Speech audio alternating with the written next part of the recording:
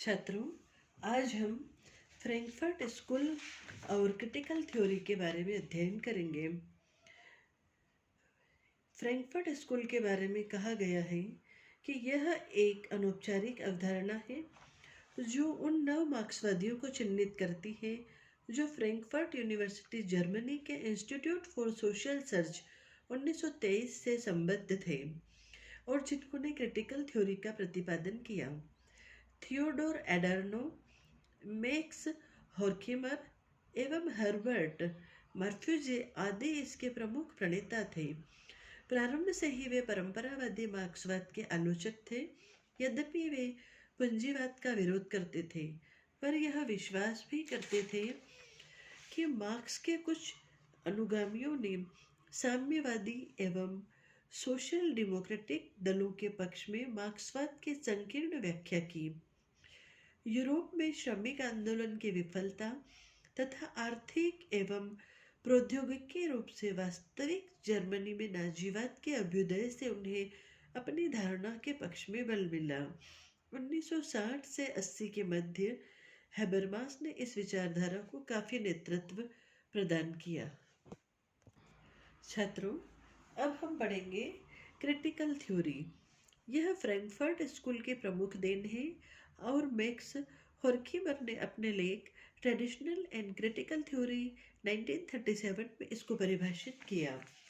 यह समाज को समझने और समझाने के बजाय उसे परिवर्तित करने पर विश्वास करती है। यह परंपरागत मार्क्सवादी सिद्धांत की भी आलोचना करती है। यह समस्त ज्ञान को इंद्रियों पर आधारित न मानकर बौद्धिकता पर आधारित मानती है। एक बौद्धिक समाज में अपने परिवेश की रचना करने हेतु सभी सहभागिता करते हैं।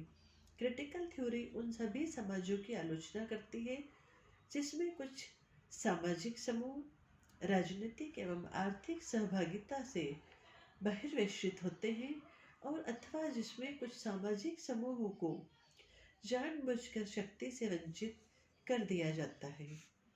छात्रों, क्रिटिकल थ्योरी का द्वितीय चरण हैबरमास का था और उसने बौद्धिकता की जगह भाषा को प्रधानता दी।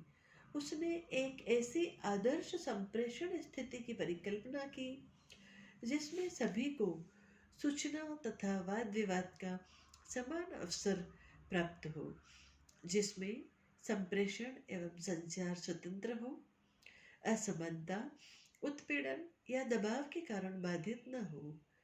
सशक्त भाषा और ज्ञान न केवल हमें संप्रेषण में असमानता और अन्याय से अवगत कराता है, वरन उसे दूर करने का भी अवसर देता है। इस प्रकार बौद्धिकता एवं भाषा दोनों को सामाजिक परिवर्तन का कारक मानना मार्क्सवादी सिद्धांत के प्रतिकूल बैठता है। छात्रों, अभी हमने पढ़ा था कि क्रिटिकल थ्योरी उन सभी समाजों की आलोचना करती है जिसमें कुछ सामाजिक समूह राजनीतिक व आर्थिक सहभागिता से बहिर्वेशित होते हैं। छात्रों, यहाँ पर मैं आपको बहिर्वेशन का अर्थ समझाना चाहूँगी। बहिर्वेशन एक्सक्लूजन किसी समाज में कुछ नागरिकों या नागरिक समूहों के प्रति अन्य नागरिक समूहों या राज्य द्वारा भेदभावपूर्ण एवं घृणास्पद व्यवहार करने को बहिर्वेशन कहते हैं। इसका स्वरूप सांस्कृतिक, राजनीतिक, आर्थिक एवं धार्मिक हो सकता है। जब राज्य या कोई नागरिक समूह संस्कृति या भाषा के आधार पर किसी नागरिक या नागरिक समूह को दबाता है या घृणा करता है तो उसे सांस्कृतिक बहिर्वेशन कहते हैं। नागरिकता संबंधी किन्हीं अधिकारों से वंचित करना, राजनीतिक तथा किसी विशेष कार्य या रोजगार से वंचित करने को आर्थिक बहिर्वेशन कहते हैं। राज्य द्वारा धर्म के आधार पर स्वतंत्रता व समानता से वंचित करना धार्मिक बहिर्वेशन कहलाता है। छात्रों, अभी हमने पढ़ा था क्रिटिकल थ्योरी का द्वितीय चरण हैबरमास का था। हैबरमास के विचारों पर मार्क्स और हेगल के अलावा फ्रैंकफर्ट संप्रदाय के प्रारंभिक विचारकों जैसे थियोडोर एडोर्नो, वोल्टर बेंजामिन, ज्योंगी ल्यूकॉक्स आदि का प्रभाव पड़ा। इस संप्रदाय के आलोचनात्मक सिद्धांत क्रिटिकल थ्योरी ने हैबरमास के विचारों को दिशा प्रदान की। प्रमुखतः उनका प्रयास सामान्य और पूंजीवादी व्यवस्था में ज्ञान की भूमिका की खोज रहा है। उनका मत था कि वस्तुपरक वैज्ञानिक ज्ञान यथास्थिति का समर्थन करता है।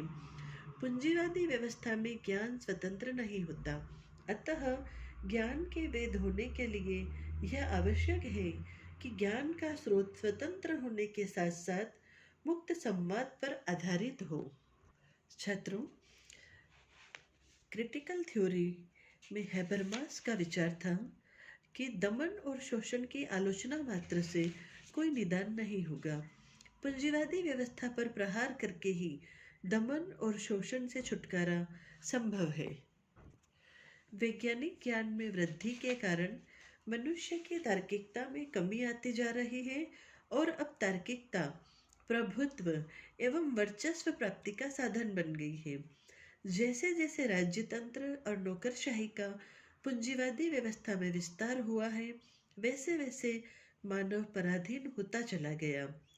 इन अव्यवस्थाओं को दूर करने के लिए क्रिटिकल थ्योरी के द्वितीय चरण के हैबरमास ने सुझाव दिया था कि आंदोलनात्मक राजनीति जैसे महिला आंदोलन, पर्यावरण रक्षा आंदोलन आदि होने चाहिए।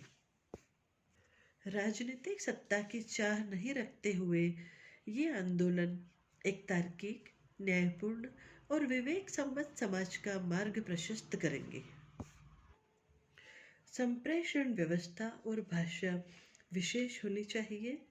मुक्त संचार व्यवस्था आने वाले समाज की एक आवश्यकता है।